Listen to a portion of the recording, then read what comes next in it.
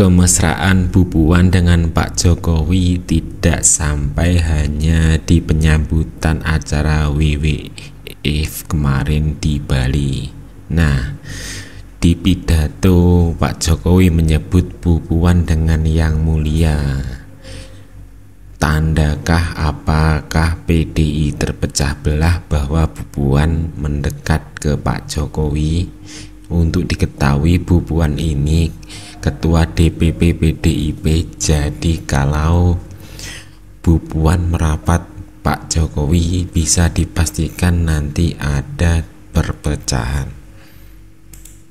Untuk itu, selanjutnya saya mengundang Yang Mulia Ibu Puan Maharani, Ketua DPR Republik Indonesia.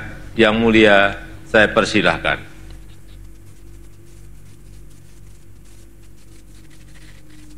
Yang Mulia Presiden Republik Indonesia, Bapak Joko Widodo, Yang Mulia para pemimpin negara dan pemerintah, yang terhormat Presiden World Water Council, yang terhormat para menteri, kita duduk bersama untuk satu tujuan, yaitu merespon berbagai tantangan global yang tidak pernah terjadi sebelumnya. Mulai dari kelangkaan air, banjir, kekeringan, kebakaran hutan, hingga kekurangan gizi, dan berbagai persoalan kesehatan lainnya. Ancaman krisis air juga telah lebih nyata, bahkan menjadi sleeping crisis. Organisasi PBB untuk lingkungan mencatat lebih dari 50% penduduk dunia sedang menghadapi kekurangan air setidaknya 1 kali dalam sebulan. Namun demikian, perhatian masyarakat internasional saat ini lebih fokus pada isu geopolitik, persaingan kekuatan, dan kompetisi ekonomi, bukan pada isu ketahanan air. Studi terbaru menunjukkan peningkatan signifikan belanja militer hingga mencapai 2,4 triliun US dollar pada tahun 2023. Jumlah itu mencapai 2,3% PDB global. Pada saat yang sama, pengeluaran sektor air di negara berkembang dan negara miskin hanya 0,5% dari PDB negaranya. Nampaknya kita terjebak dalam kondisi misalokasi sumber daya. Ini sungguh kontradiktif ketika dunia dihadapkan pada ancaman luar biasa. Nah, Pak Jokowi dengan Bu Puan sudah saling memanggil Yang Mulia. Baru kali ini saya dengar dari sebelum-sebelumnya. Jadi intinya kalau Bu Puan ini bisa melapangkan dada dengan Pak Jokowi, mungkin Bu Puan menjadi tokoh yang sangat baik. Nah, situasi ini tampaknya bisa saja kemudian Presiden Jokowi dengan segala kemampuan komunikasi politiknya mencoba untuk meletakkan Puan sebagai garda terdepan dalam upaya untuk memecah internal PDIP, di dalam arti bahwa Puan diharapkan menjadi komunikator untuk bisa meyakinkan elemen-elemen di dalam PDIP untuk menerima kembali Jokowi pasca manuver-manuver politik selama pemilu 2024 yang lalu. Dan bisa saja ini menjadi bagian dari awal untuk mengukuhkan pengaruh Jokowi dalam kekuatan politik ke depan. Kita tahu Bobi, menantu Jokowi, sudah berada di Gerindra. Gibran kabarnya akan merapat ke Golkar. Dan kalau misal kemudian Jokowi ingin tetap memegang pengaruh di PDIP, maka bisa saja Puan akan terus diperkuat untuk melakukan regenerasi di dalam internal PDIP. Dan jika Puan berada di pucuk pimpinan tertinggi PDIP, maka komunikasi yang terbuka antara PDIP dengan kekuatan-kekuatan politik yang saat ini tampaknya akan dianggap sebagai rival politiknya akan semakin terbuka. Langkah Jokowi ini dinilai seakan menebar telur di banyak keranjang setelah menantunya Bobi Nasution memutuskan bergabung sebagai kader Gerindra. Belakangan beredar rumor kuat anak sulungnya Gibran Rakabuming Raka selaku wakil presiden terpilih juga akan bergabung sebagai kader Partai Golkar. Meski terus dibantah Gibran, namun kemunculannya di berbagai acara Golkar makin memperkuat rumor tersebut. Belum lagi anak bungsunya, Kaisang Pangarep, yang saat ini menjabat sebagai Ketua Umum Partai Solidaritas Indonesia (PSI) yang perlahan menuai dukungan publik. Ketua Umum Projo Budi Aris Setiadi tak membantah maupun mengiyakan saat ditanya awak media terkait langkah politik tebar telur di banyak keranjang dari Presiden Jokowi. Tunggu aja. Tapi memungkinkan nggak Mas Gibran nyusul ke Gerindra? Atau Pak Mas Gibran kayak ketua Projo aja lah. Atau akan disebar ke semua partai. Kamu agak pinter kamu. Kan udah mulai ada Mbak. Nanti ya enggak, saya cuma bilang dia pinter.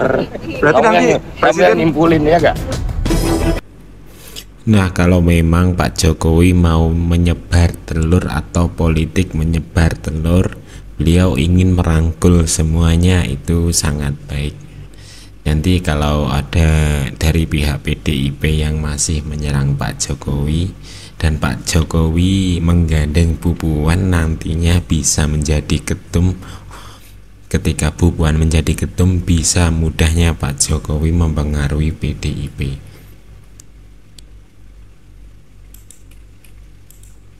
Pak Jokowi menyambut Mbak Puan nih kemarin nih di KTT WWF Bali.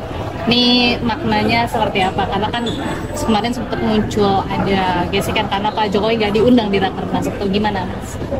Ketika ada acara kenegaraan, Bapak Presiden kita, Bapak Jokowi bertemu dengan Ibu Ketua DPR, itu ada hukumnya wajib. Karena apa? Karena ingin menunjukkan ke publik bahwa apapun perbedaan kita, maka keluar kita tetap satu. Itulah yang ditunjukkan oleh Bapak Presiden, dan itu pula yang ditunjukkan oleh Mbak Puan. Karena bagaimanapun juga, Mbak Puan Ketua DPR tidak bisa menghindar dari sisi apapun. Bapak Jokowi berkepentingan untuk menunjukkan kepada dunia bahwa enough, selesai Pilpres, maka bersatu kembali. Rakernas tidak mengundang Pak Jokowi itu bisa dimaknai bahwa memang udah nggak mau Rakernas kali ini lebih banyak, Rakernas kali ini lebih banyak orientasinya ke dalam. Maka memang undangan-undangan keluar itu sangat terbatas banget. Itulah kita, itulah wajah Indonesia. Yang satu Bapak Jokowi sebagai Presiden Republik Indonesia, yang satu Ibu Puan Maharani sebagai Ketua DPR. Mau tidak mau, suka tidak suka, perbedaan apapun tetap beliau berdua adalah lambang kita bersama. Sehingga pertemuan Pak Jokowi sebagai Presiden dan Mbak Puan sebagai Ketua DPR adalah sebuah keniscayaan. Kira-kira yang dibahas dalam pertemuan itu apa? Nah, kalau soal yang dibahas pasti urusan negara, masa urusan lain-lain. Kalau dari PDIP sendiri tetap tenang, menanggapinya itu sebuah keniscayaan, jadi tidak mau gegabah atau gimana-gimana. 24. Ketua Steering Komite atau SC Rakernas Pak Jarod Saiful Hidayat mengatakan Presiden Jokowi tampak sibuk dan menyibukkan diri. Sementara kantor staf Presiden atau KSP melalui Pak Ali Ngabalin tegas membantah tudingan bahwa Presiden menyibukkan diri. Ya, walau mengakui bahwa Presiden memiliki seabrek jadwal penting tiap hari. Kalau saya melihat kamus besar bahasa Indonesia sih ya, menyibukkan diri itu artinya menjadikan sibuk. Artinya dari yang tadinya nggak sibuk menjadi sibuk, bukan dari yang emang udah sibuk menjadi sibuk. Jadi saya sepakat dengan Pak Ali Ngabalin bahwa narasi menyibukkan diri ya ini nggak tepat dan terkesan mengada-ngada. Kembali kepada Rakernas, teman-teman, belakangan banyak kalangan ya kemudian menganggap nggak diundangnya Pak Jokowi ke dalam kegiatan penting PDIP ini merupakan sinyal bahwa hubungan antara PDIP dengan Pak Jokowi bukan cuman berada di titik nadir, tapi udah game over. Direktur Parameter Politik Indonesia (PPI) ya, Bang Adi Prayitno bilang, saya kira PDI sudah tak anggap Jokowi sebagai kader lagi. Makanya di beberapa momen penting Jokowi tak diundang. Ini menegaskan hubungan Jokowi dan PDIP game over, kata Mas Adi Pray. Nah loh, jadi teman-teman, terlepas dari renggangnya hubungan Pak Jokowi dengan PDIP, ternyata hubungan Pak Jokowi dengan Mbak Puan malah lagi harmonis-harmonisnya.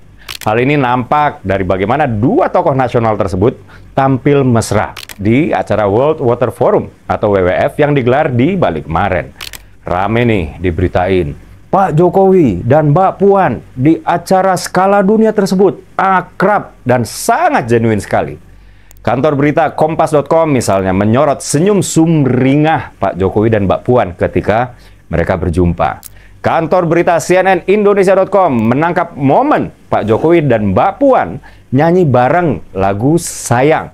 Dan kantor berita Detik.com memberitakan momen hangat penuh tawa antara Pak Jokowi bersama Mbak Puan di KTT WWF di Bali tersebut. Sebetulnya kalau kita trace ke belakang, kemesraan Mbak Puan dengan Pak Jokowi bukan baru-baru ini aja terjadi. Waktu kader PDIP lagi rame-ramenya menuding Pak Jokowi minta jabatan 3 periode, Mbak Puan sendiri yang membantah kabar tersebut.